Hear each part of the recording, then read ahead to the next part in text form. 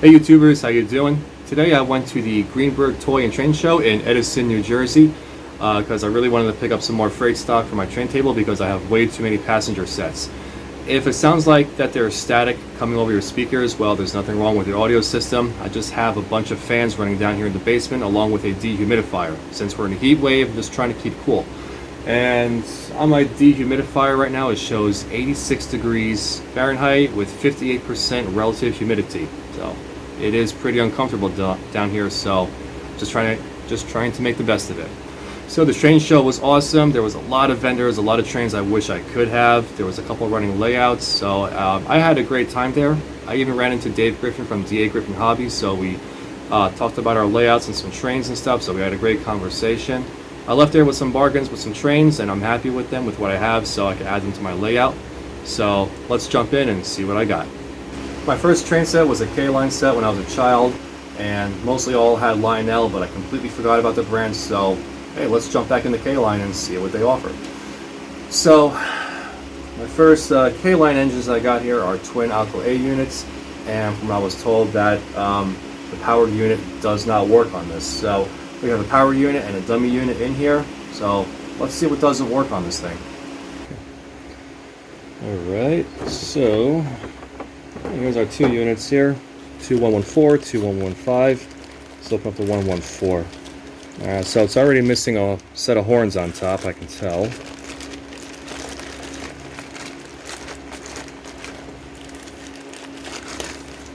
Okay, yeah, this is looking nice. Okay, yeah, we can see the motors, gears, and everything. Yeah, a little dirty, got a little hair in here. Maybe a little cleaning and such. Yeah, here's our directional button here. Alright, so we'll put that on. Then our 2115. Kind of heavy for a dummy. Here I can still see the horns are attached.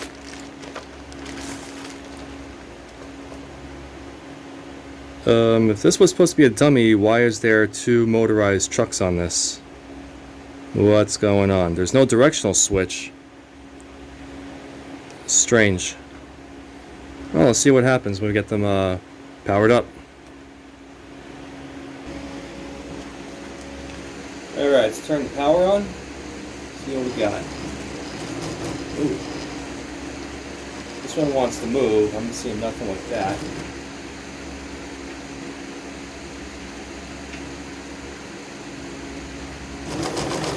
Nope.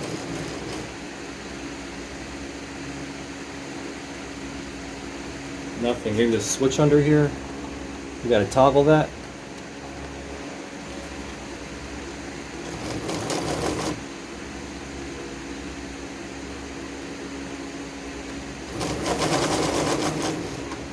Alright, so we got something going on with this. We don't know what it is, but we see it as a potential future project.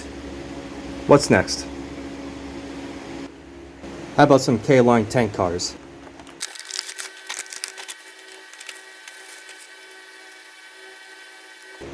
Okay. Hey, it's a nice looking tank car. It's got metal trucks, metal springs. It's actually not a bad item to have. Metal couplers. Some assembly required.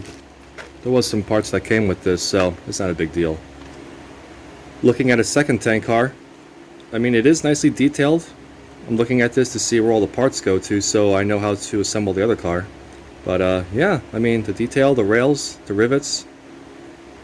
Man, I should really look into getting K-line trains now. I mean, this is really nice.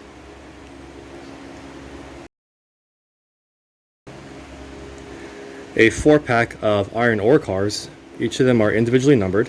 Go. Okay, so car does have some weight to it. It is a nice car. It's nicely detailed.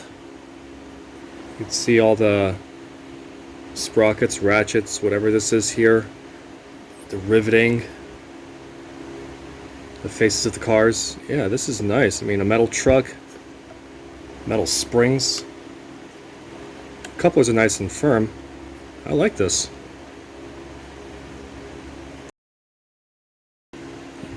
And finally, some classic freight stock from Williams. 5 of them for the price of 4. Not too shabby.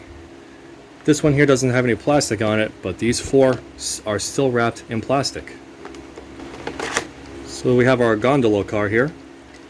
This actually has some weight to it, just like the K-line cars. The trucks are not that detailed here. I mean, they do show the design, the springs on here, which are molded into the plastic, but still, it doesn't seem like a bad quality car here. This is a nice box car. Wow. Got a metal truck down here. Springs don't spring. But this is a nice looking box car here, and it's got some weight to it too. No, there's no thumb piece here on the side to open up the coupler. It's only through this bottom plate. The coupler feels nice and firm, and it sounds like it's all metal too. Nice. And we have another gondola car here with a barrel load. Again, it's almost like the other one, just red and a different name. Okay. So this Sunoco tank car was in there pretty well. You just couldn't pull it out of the box. So again, this is pretty nice for a classic car. The riveting, the detail on this, I think it's all right. Except for the trucks, it's nothing too fancy. Just molded in springs into the metal truck. Yeah, this one here, the couplers. Yeah. Ooh, look at that. It's all right. But still, it's a nice, firm, strong coupler. And this stock car, this is the last one. Again, just the metal trucks. Thumbtack couplers. It's not bad, still firm. And a lot of these cars have some weight to them. It doesn't feel like a cheap car. The car is nice. It's I don't know, it's actually a pretty good quality from what I see. I mean, just for a classic car. I mean, I like these. They're not bad. I want to broaden my horizon on other train stock and stuff with other brands.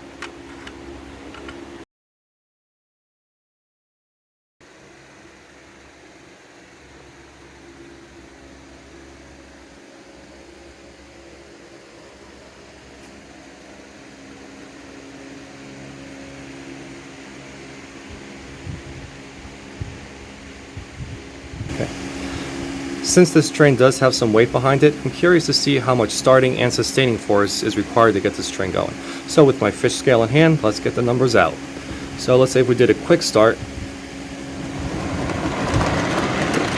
about over 0.3 pounds of pulling force to start. And I'm going to say just over 0.1 pounds of pulling force to keep this train going. So I think for the price of these cars that I paid for, it's definitely a nice set, and it was a very smooth pull, unlike the Menards cars where you kind of felt a little roughness when you pulled it. But yeah, I think the locomotive is going to have an easy time pulling this set.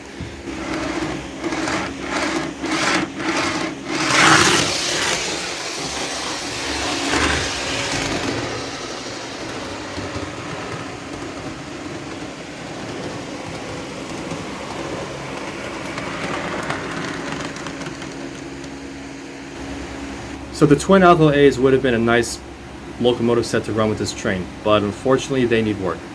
However, came across the eBay site and on the very cheap locomotive, and untested, unsure of the condition that it was going to run in, and for a very, very, very inexpensive price, I bought it. So when I got it, I had a look at it, and it was a Lionel Northwestern GP7. It didn't work. The trucks were hanging off, so I put those back on, resoldered some of the wires, new solder, put a new light bulb in it, and it came to life again. The only thing that it's missing is 2 traction tires, on each, one on each truck. So that's something I'm going to pick up for this and maybe clean this up a little bit better. But right now, I just wanted to see it run for the time, which I did get it running. So let's run our train with this.